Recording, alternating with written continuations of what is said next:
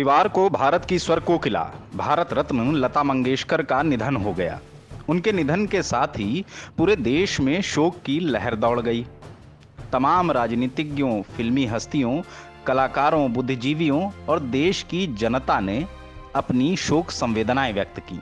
प्रधानमंत्री नरेंद्र मोदी ने भी 3 अलग अलग ट्वीट कर भारत रत्न स्वर्गीय लता मंगेशकर को अपनी श्रद्धांजलि अर्पित की। इन सबके बीच भारत सरकार ने भारत रत्न स्वर्गीय लता मंगेशकर के निधन पर देश भर में 2 दिन के राष्ट्रीय शोक की घोषणा कर दी। अब आपको हम 2021 के दिसंबर महीने में ले चलते हैं। अभी ज्यादा वक्त नहीं हुआ है। तारीख थी 8 दिसंबर, दिन बुधवार। तमिलनाडु में हेलीकॉप्टर क्रैश हादसे में देश के पहले सीडीएस जनरल बिपिन रावत, उनकी पत्नी समेत 13 लोग शहीद हो जाते हैं। उस वक्त जनरल बिपिन रावत वर्तमान सीडीएस भी थे। उस वक्त केवल उत्तराखंड की राज्य सरकार ने 3 दिन का राजकीय शोक अवश्य घोषित किया, लेकिन केंद्र सरकार ने एक भी दिन का राष्ट्रीय शोक घोषित नहीं किया। आखिर क्यों? यह कैसा भेदभाव? जिसने अपना जीवन देश के लिए न्यौछावर कर दिया, जिसने अपने दिल से लेकर रगों तक तिरंगा बसाया, उसके निधन पर एक दिन का भी राष्ट्रीय शोक सरकार ने क्यों नहीं घोषित किया? अब अगर सरकार नियम का हवाला देती है तो जरा नियम आप भी जान लीजिए। पहले यह समझिए कि राष्ट्रीय शोक में होता क्या है। भारत में राष्ट्रीय या राजकीय शोक पूरे राष्ट्र या राज्य विशेष के दुख को प्रकट करने का एक सांकेतिक तरीका होता है। फ्लैग कोड ऑफ इंडिया के अनुसार राष्ट्रीय शोक के दौरान पूरे भारत में और विदेश स्थित एम्बेसी या अन्य भारतीय संस्थानों में राष्ट्रीय ध्वज आधे झुके रहते हैं।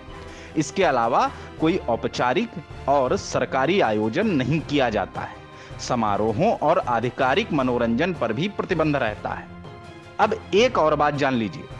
दरअसल सेवारत और पूर्व प्रधानमंत्री, केंद्रीय मंत्री, राष्ट्रपति, उपराष्ट्रपति भारत के मुख्य न्यायाधीश ही देशव्यापी राष्ट्रीय शोक के हकदार हैं। लेकिन समय के साथ नियम बदलते गए। बदले गए नियमों के मुताबिक गणमान्य व्यक्तियों के मामले में भी केंद्र को यह अधिकार दिया गया कि विशेष निर्देश जारी कर सरकार राष्ट्रीय शोक का ऐलान कर सकती है। इतना ही नहीं, देश में किसी बड़ी आपदा के वक्त भी राष्ट्रीय शोक घोषित किया जा सकता है। राष्ट्रीय शोक को लेकर लिखित रूप में स्पष्ट रूप से कुछ नहीं कहा गया है और न ही इसके लिए कोई एसओपी है।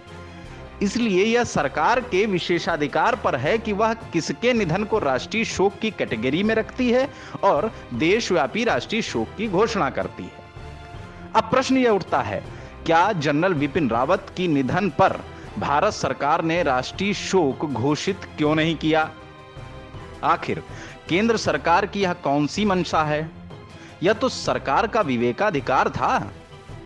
तब सरकार का विवेक कहां घास चरने चला गया था? जनरल बिपिन रावत के निधन पर तो आम जनमानस ने राष्ट्रीय शोक की मांग की थी। लोगों की मांग भी अनसुनी कर दी। वाह साहब, यह दिखावा।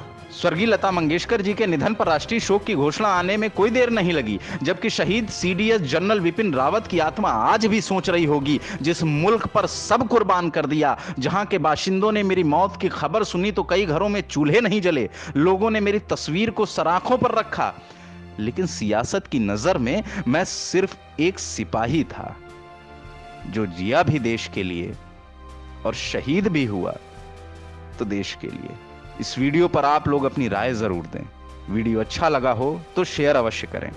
आपका सहयोग ही हमें सच लिखने और बोलने की हिम्मत देता है। जय हिंद।